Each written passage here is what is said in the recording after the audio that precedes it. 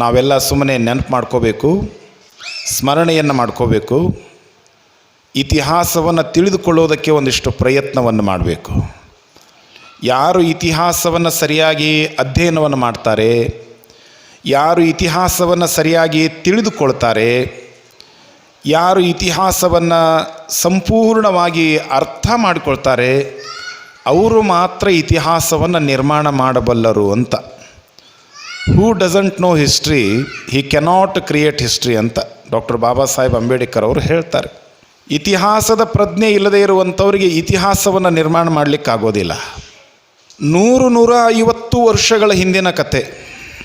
ವಿದ್ಯುತ್ ದೀಪಗಳು ಇರಲಿಲ್ಲ, ರಸ್ತೆಗಳು ಇರಲಿಲ್ಲ, ಶಿಕ್ಷಣವನ್ನು ನೀಡುವುದಕ್ಕಾಗಿ ಶಿಕ್ಷಣ ಕೇಂದ್ರಗಳು ಇರಲಿಲ್ಲ, ಮುಂದುವರೆದಿರುವಂಥ ಯಾವ ವ್ಯವಸ್ಥೆಗಳೂ ಕೂಡ ಇಲ್ಲದೇ ಇರುವಾಗ, ಈ ಸುಂದರವಾಗಿರುವಂಥ ಡಿಜಿಟಲ್ ಸೌಂಡ್ ವ್ಯವಸ್ಥೆಗಳು ಇಲ್ಲದೇ ಇರುವಾಗ, ಮಹಾತ್ಮ ಚರಬಸವೇಶ್ವರರು ಈ ಭಾಗದ ಜನರೆಲ್ಲರಿಗೂ ಕೂಡ ಅವರ ಜೀವನ ಸುಂದರವಾಗಬೇಕಾದರೆ, ಅವರ ಬದುಕು ಬಂಗಾರವಾಗಬೇಕಾದರೆ, ಭಕ್ತರು ಭಗವಂತನಿಗೆ ಪ್ರಿಯವಾಗುವಂಥ ವ್ಯಕ್ತಿಗಳಾಗಬೇಕಾದರೆ ನೈತಿಕ ಶಿಕ್ಷಣವನ್ನು ಕೊಡುವುದಕ್ಕಾಗಿ ಮುಂದಾದರು. ಎಲ್ಲ ಜನರನ್ನು ಒಂದು ಕಡೆಗೆ ಸೇರಿಸುವುದಕ್ಕಾಗಿ ಇರುವಂಥ ಸಾಧನ ಅಂತಂದರೆ ಅವತ್ತಿನ ಕಾಲದಲ್ಲಿ ಇಂಥ ಧಾರ್ಮಿಕ ಕಾರ್ಯಕ್ರಮಗಳಂತ.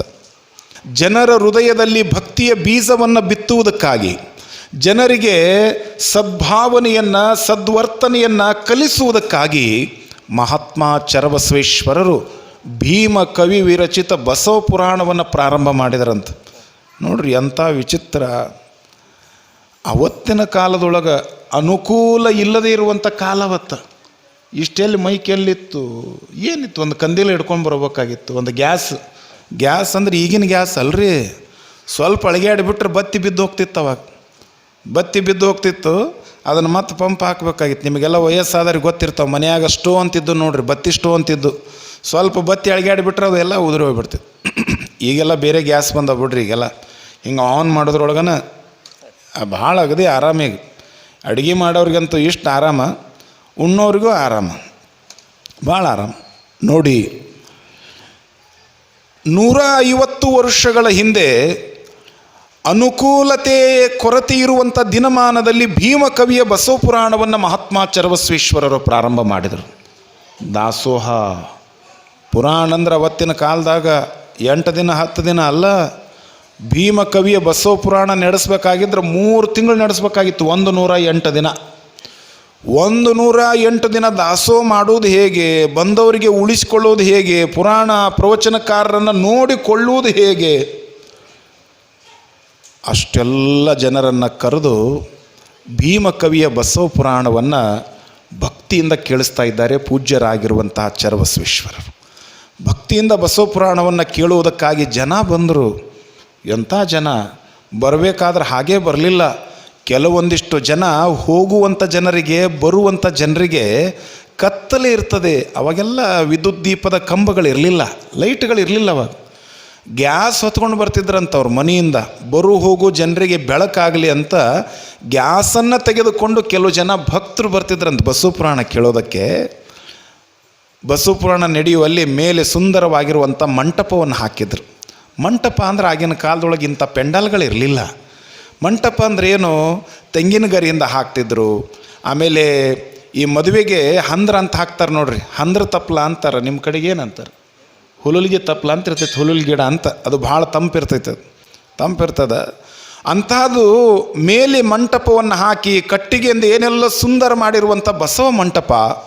ಆ ಬಸವ ಮಂಟಪದಲ್ಲಿ ಒಂದು ಕಡೆಗೆ ಪುರಾಣವನ್ನು ಹೇಳುವವರು ಕೂತಿದ್ದಾರೆ, ಪುರಾಣವನ್ನು ವಾಚನ ಮಾಡುವವರು ಕೂತಿದ್ದಾರೆ, ಒಂದು ಕಡೆಗೆ ತಬಲಾ ನುಡಿಸುವವರು ಕೂತಿದ್ದಾರೆ, ಒಂದು ಕಡೆಗೆ ಮಹಾತ್ಮ ಚರಬಸವೇಶ್ವರರು ಅವರು ಶಿರವನ್ನು ಬಾಗಿಸಿಕೊಂಡು ಆನಂದವಾಗಿ ಬಸವ ಪುರಾಣವನ್ನು ಕೇಳುವುದಕ್ಕಾಗಿ ಕೂತ್ಕೊಂಡಿದ್ದಾರೆ.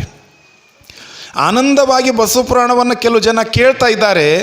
ಗ್ಯಾಸನ್ನು ಹೊತ್ಕೊಂಡು ಬಂದಿರುವಂಥ ಕೆಲವು ಜನ ಮೇಲೆ ಇರುವಂಥ ಮಂಟಪದ ಕಡೆಗೆ ಗಮನವನ್ನು ಕೊಡದೆ ಯಾವಾಗ ಗ್ಯಾಸ್ ಹಿಡ್ಕೊಂಡಿದ್ರಲ್ಲ ಅದು ಬೆಂಕಿ ಆ ಮಂಟಪಕ್ಕೆ ಹತ್ಕೊಂಡ್ಬಿಡ್ತು. ಯಾವಾಗ ಮೇಲೆ ಇರುವಂಥ ಮಂಟಪಕ್ಕೆ ಬೆಂಕಿ ಹತ್ತಿ ಅದು ಉರಿಯೋದಕ್ಕೆ ಪ್ರಾರಂಭ ಆಯಿತು, ಬೆಂಕಿ ಬೆಂಕಿ ಬೆಂಕಿ ಬೆಂಕಿ ಅಂತ ತಿಳ್ಕೊಂಡು ಎಲ್ಲರೂ ಗಾಬರಿಯಾಗಿ ಕೂಗುವಂಥ ಸಮಯ ಸ್ಥಿತಪ್ರಜ್ಞರಾಗಿರುವಂಥ ಚರಬಸವೇಶ್ವರರು ಅವರು ಅಳುಗಾಡಲಿಲ್ಲ. ಬೆಂಕಿ ಅಂತ ತಿಳ್ಕೊಂಡು ಎಷ್ಟೋ ಜನ ಓಡಿ ಹೋಗಿಬಿಟ್ರು. ಅವರೆಲ್ಲ ಪುರಾಣ ಹೇಳೋರು ಹೋದರು, ಹಾಡೋರು ಹೋದರು, ಬಾರಿಸೋರು, ತಬಲ ನುಡಿಸೋರು ಎಲ್ಲರೂ ಎದ್ದು ಹೋದರು, ಕೇಳುವವರೆಲ್ಲ ಹೋದರು. ಆ ಮೇಲೆ ಮಂಟಪಕ್ಕೆ ಬೆಂಕಿ ಹತ್ತಿ ಉರಿಯುವಾಗ ಚರಬಸವೇಶ್ವರರು ಮಾತ್ರ ಸ್ಥಿತಪ್ರಜ್ಞರಾಗಿ ಕೂತ್ಕೊಂಡಿದ್ದರು. ಬೆಂಕಿ ಅವರನ್ನು ಸುಡ್ತದೆ ಅನ್ನುವಂಥ ಭಾವನೆಗೂ ಕೂಡ ಅವರು ಒಳಗಾಗಿರಲಿಲ್ಲ. ಕಾರಣ, ಯಾವ ವ್ಯಕ್ತಿ ಶರೀರವೇ ನಾನು ಅನ್ನುವಂಥ ಭಾವನೆಗೊಳಗಾಗಿರ್ತಾನೆ ಅವನಿಗೆ ಮೋಹ ಇರ್ತದೆ. ಶರೀರ ನಾನು ಅನ್ನುವಂಥ ಮೋಹಕ್ಕೆ ಒಳಗಾಗಿರುವಂಥ ವ್ಯಕ್ತಿಗೆ ಮೋಕ್ಷ ಆಗೋದಿಲ್ಲ. ಶರೀರದ ಮೇಲಿರುವಂಥ ಮೋಹವನ್ನು ಬಿಟ್ಟು ಒಳಗಡೆ ಇರುವಂಥ ಆತ್ಮವೇ ನಾನು ಅನ್ನುವಂಥ ಭಾವನೆಗೊಳಗಾಗಿರುವಂಥ ವ್ಯಕ್ತಿಗೆ ಮಾತ್ರ ಮೋಕ್ಷವಾಗ್ತದೆ. ಚರಬಸವೇಶ್ವರರು ಶರೀರ ನಾನು ಅನ್ನೋದಿರಲಿಲ್ಲ. ಅದಕ್ಕೆ ಭಕ್ತ ಕನಕದಾಸರು ಸುಂದರವಾಗಿ ಹೇಳಿದರು, ಏಸು ಕಾಯಂಗಳ ಕಳೆದು 84 ಲಕ್ಷ ಜೀವ ರಾಶಿಯನ್ನು ದಾಟಿ ಬಂದ ಈ ಶರೀರ ತಾನಲ್ಲ ತನ್ನದಲ್ಲ ಅಂದ್ರವ್ರು. ಏಸು ಕಾಯಂಗಳ ಕಳೆದು ಒಂದಲ್ಲ ಎರಡಲ್ಲ ಹಲವಾರು ಜನ್ಮಗಳನ್ನು ಕಳೆದು ಬಂದಿರುವಂಥ ಈ ಶರೀರ ಏನದಲ್ಲ, ಇದು ತಾನಲ್ಲ, ಇದು ತನ್ನದಲ್ಲ, ಈ ಶರೀರ ನಾನಲ್ಲ. ನೀ ಯಾರು? ನೀನು ಚಿದಾನಂದ ಸ್ವರೂಪ, ಸತ್ ಚಿತ್ ಆನಂದ. ಅದಕ್ಕೆ ಶಂಕರಾಚಾರ್ಯರು ಏನು ಹೇಳಿದರು? ಚಿದಾನಂದ ರೂಪ ಶಿವೋಹಂ ಶಿವೋಹಂ. ನೀ ಯಾರಪ್ಪ ಅಂದ್ರೆ ನೀ ಶಿವಾದಿದಿ, ನೀ ಯಾರಪ್ಪ ಅಂದ್ರೆ ನೀ ಪರಮಾತ್ಮದಿದಿ. ನೀನು ಬಸವಣ್ಣ ಅಲ್ಲ, ನೀನು ಕಲ್ಲಪ್ಪನಲ್ಲ, ನೀನು ಮಲ್ಲಪ್ಪನಲ್ಲ. ನೀ ಯಾರಪ್ಪ ಅಂದ್ರೆ ನೀನು ಶಿವಾದಿದಿ, ನೀ ಪರಮಾತ್ಮದಿದಿ, ನೀನು ಅವನ ಅಂಶವೇ ಅದಿದೆಯಪ್ಪ. ತೋರುವಂಥ ಶರೀರ ಅದು ನೀನಲ್ಲ. ಚರಬಸವೇಶ್ವರ ಹೇಗೆ ಕೂತ್ಕೊಂಡಿದ್ರು?